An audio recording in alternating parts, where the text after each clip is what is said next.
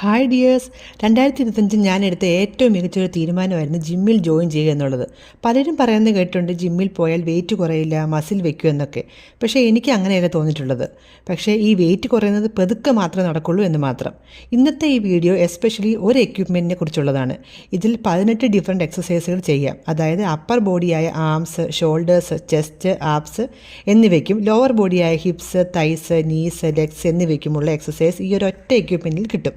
അതായത് നമ്മളൊരു ജിമ്മിൽ ജോയിൻ ചെയ്യുമ്പോൾ നമ്മുടെ ഓരോ ബോഡി പാർട്സ് ടോൺ ചെയ്തെടുക്കാൻ നമുക്ക് പറ്റും.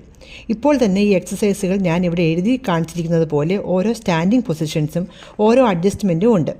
അത് കറക്റ്റായി ചെയ്തില്ലെങ്കിൽ അഡ്വേഴ്സ് എഫക്റ്റായിരിക്കും വരുന്നത്.